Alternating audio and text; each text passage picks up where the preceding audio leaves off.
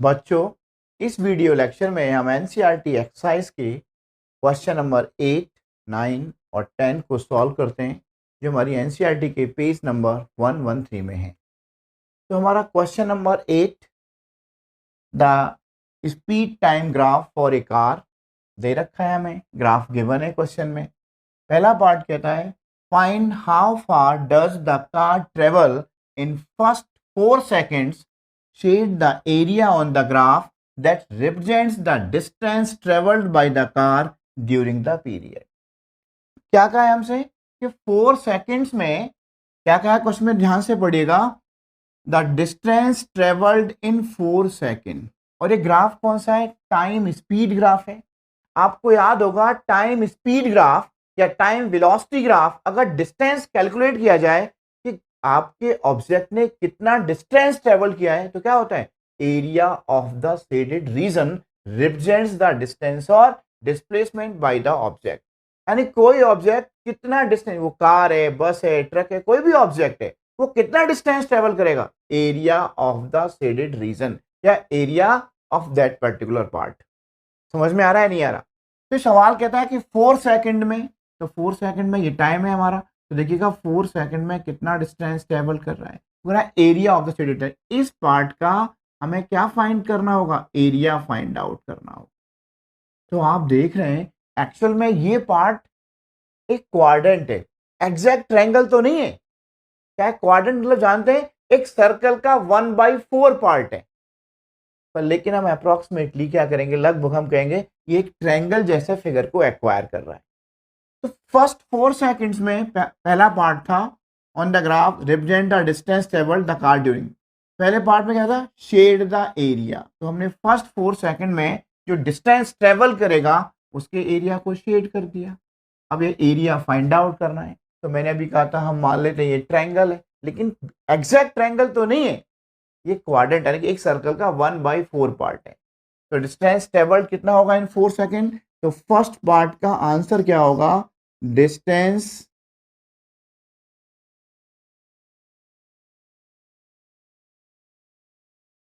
Travelled in 4 seconds equal to area of the shaded region. Region क्या है? Triangle है।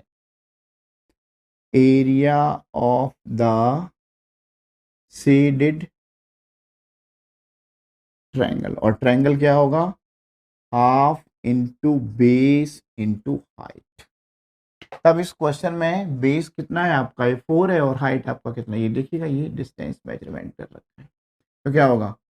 Half into 4 into 6 और 2 2 ज़ा 4, 6 2 ज़ा 12।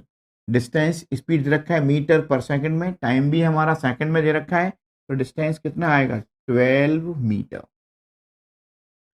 तो डिस्टेंस ट्रेवल इन 4 सेकंड कितना आंसर होगा हमारा? 12 मीटर हमारा आंसर होगा। नेक्स्ट पॉइंट देखिएगा, second part, which part of the graph represents uniform motion of the car. अब सवाल आता है कि what do mean by uniform motion. Uniform motion का मतलब है कि स्पीड शुड बी कांस्टेंट, यानी कि आपका स्पीड कांस्टेंट हो जाना चाहिए। अब देखिएगा आपका स्पीड कांस्टेंट कब हो रहा है, देखिएगा इसके बाद देख रहे हैं कि आफ्टर 6 सेकंड स्पीड कैसा मिल रहा है हमें? कांस्टेंट मिल रहा है, यानी कि हमारा जो कार है किस स्पीड से भाग रही है? 6 मीटर पर सेकंड की स्पीड से जा रहा है, कांस्टेंट स्पीड से। ना स्पीड डिक्रीज है ना आपका इंक्रीज है। तो समझ में आया? ये पॉइंट समझ में आया नहीं आया आपका? तो आप क्या कहेंगे? अब सेकंड पार्ट हमारा होगा बी पार्ट। बी पार्ट का आंसर क्या है? Which part of the graph represents uniform motion of the car. तो क्या कहेंगे? Uniform motion of the car कब? टी टाइम कितना है आपका? 6 सेकंड, और बाद की बात करें 10 सेकंड, यानी कि 6 second to 10 second. Thus the motion of the body is uniformly in this time। और this time कौन सा है? 4 second to 6 second to 10 second. तो आप लिख सकते हैं, क्या आंसर लिखेंगे? Uniform means speed should be constant. Uniform motion of the car. अभी मैंने क्या कहा था आपसे? Time equal to 6 second to time equal to 10 seconds. Thus, the motion of the body is uniform during this period, this time. Question number 9. Which of the following situations are possible and give an example for each of these? Question number first padega, first part. An object with a constant acceleration but with zero velocity. क्या ये possible हो सकता है? Again question देखिएगा. An object with constant acceleration, acceleration constant है but with zero velocity. Yes, it is possible. ये possible हो सकता है. कब हो सकता है?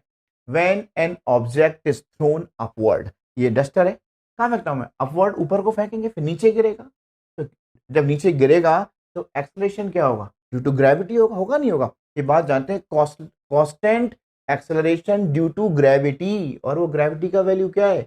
9.8 metre per second square. Acceleration कैसा हुआ? Constant acceleration. कब हुआ? When an object is thrown upward. समझ में आया? अब देखिएगा, ये सपोज कोई बॉल है.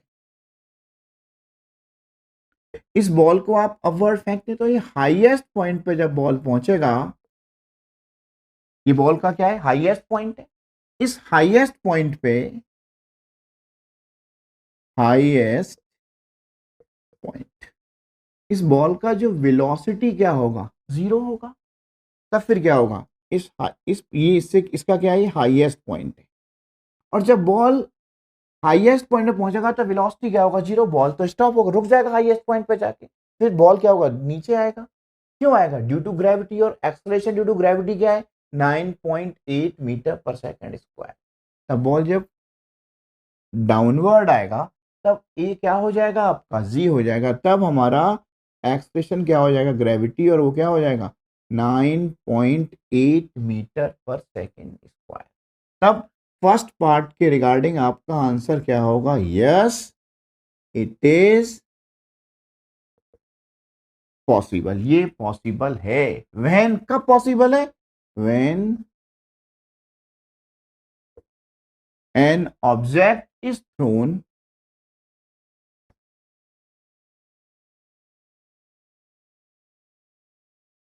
upwards. At the highest point, the velocity of the ball is zero, although it will have constant acceleration due to gravity, which is equal to 9.8 meter per second square. Second part देखिएगा. Second part क्या कह रहा है? An object moving with an acceleration, यानी कि object में acceleration तो है but with uniform speed. It's not possible. ये पॉसिबल नहीं हो सकता है. अब आप जानते हैं कि एक्सेलरेशन क्या होता है? ए का वैल्यू क्या है? v minus you upon T, change in velocity. जब आपका initial velocity and final velocity u and v दोनों कैसे हैं? सेम है. भाई आपका बॉडी जो कोई भी ऑब्जेक्ट है, अगर उसका कांस्टेंट वेलोसिटी का मतलब क्या होगा? v equal to u. यानी कि ना तो आपका स्पीड इंक्रीज हो रहा है और ना डिक्रीज हो रहा है. समझ में आ रहा है? और लेकिन एक्सेलरेशन का मतलब क्या है? एक्सेलरेशन मींस इंक्रीज और डिक्रीज इन वेलोसिटी. या तो वेलोसिटी बढ़ेगी या घटेगी, तब एक्सेलरेशन डेवलप होगा किसी भी ऑब्जेक्ट में. लेकिन क्वेश्चन में क्या कह रहा है? Object moving with an acceleration but with uniform speed. Uniform speed means constant velocity, यानी कि u इक्वल टू v, यानी कि इनिशियल और फाइनल वेलोसिटी दोनों सेम है. तब a निकालेंगे तो क्या होगा? v u के इक्वल है तो क्या होगा? 0 अपॉन t क्या हो जाएगा? 0. तो आप क्या कहेंगे? It is not possible. Acceleration means increases or decreases in speed or velocity, and uniform speed means the speed does not change with respect to time या ओवर टाइम, यानी कि टाइम के साथ हमारा स्पीड चेंज हो ही नहीं रहा है. क्लियर है पॉइंट?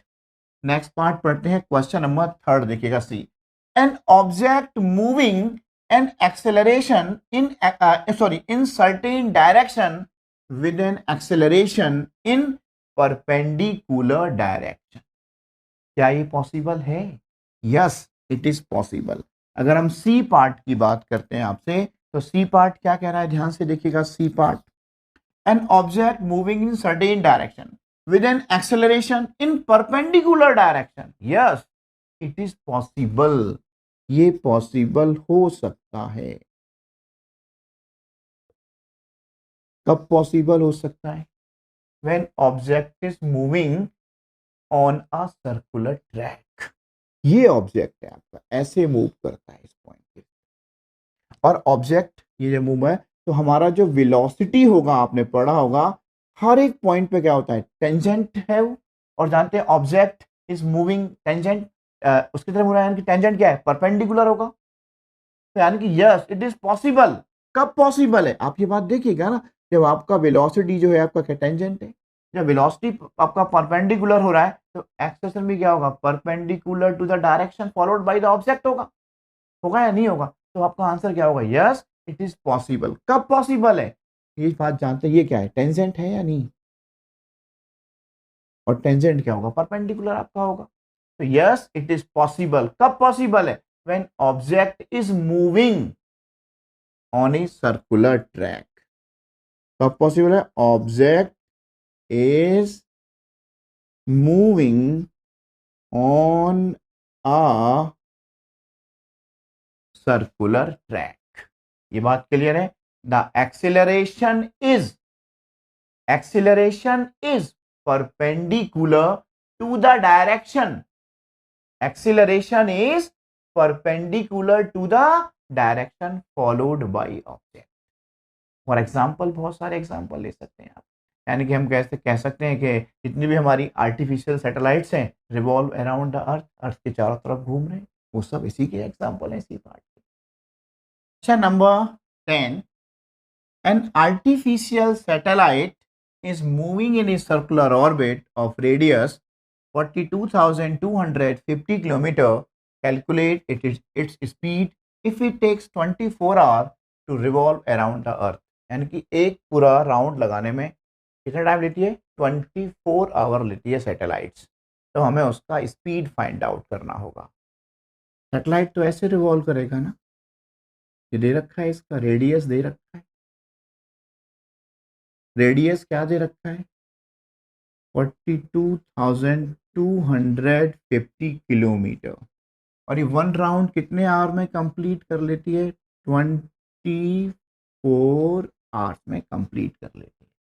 तब हमें इस क्वेश्चन में पूछा क्या है, स्पीड ऑफ द सैटेलाइट। क्या पूछा है, speed of the satellite. Speed of the satellite क्या होगा, सरकमफेरेंस, यानी कि एक राउंड में कितना डिस्टेंस कवर किया है उसने, सरकमफेरेंस डिवाइड बाय टाइम। क्या होगा, सरकमफेरेंस डिवाइडेड बाय टाइम। और सर्कुलर ट्रैक का सरकमफेरेंस क्या होता है, आप जानते हैं, what is the circumference of circle, 2πr। अब आपका आंसर क्या होगा, 2πr/t। तब आपको एक फॉर्मूला मिला, आप डायरेक्ट भी कर सकते हैं कि speed of satellite equal to क्या होगा, सरकमफेरेंस अपॉन टाइम। सरकमफेरेंस क्या होगा, 2πr/t। अब इसे आप सॉल्व कर सकते हैं बड़ी आसानी से। इक्वल टू 2 इंटू पाई का वैल्यू क्या होगा, 22/7 इंटू आर कितना है, 42,250 एंड टाइम है 24। तो हमें आंसर किस में मिलेगा, किलोमीटर पर आवर में हमारा आंसर होगा। जब हम इसे सॉल्व करेंगे, तो सॉल्व होने के बाद हमारा जो आंसर होगा वो 11,055.4 किलोमीटर पर आवर होगा। हमारा आंसर क्या होगा, 11,055.4 किलोमीटर पर आवर। आप सॉल्व करके चेक कर सकते हैं। अगर आप इसका स्पीड कैलकुलेट करना चाहते हैं किलोमीटर पर सेकंड, तो आर को सेकंड में चेंज करना पड़ेगा। तब हम कैसे करेंगे, आप मेरे साथ देखिएगा। ये कितना है, किलोमीटर पर आवर, तो आर को किस में चेंज करना पड़ेगा, सेकंड में चेंज करना पड़ेगा। तब क्या करेंगे आप, 11,055.4 अपॉन, ये 1 आवर था, तो आर को चेंज क्या करेंगे, 60 इंटू 60 से जब डिवाइड करेंगे, तो 1 आवर में 60 मिनट्स, 1 मिनट में 60 सेकंड्स।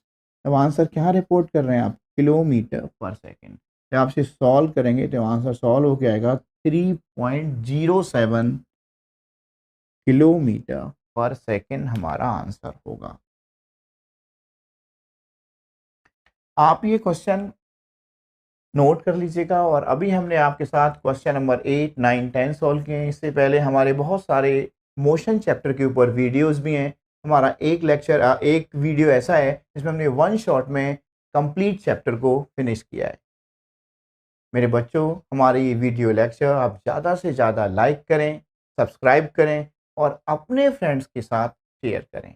धन्यवाद बच्चों, और मन लगा के पढ़ाई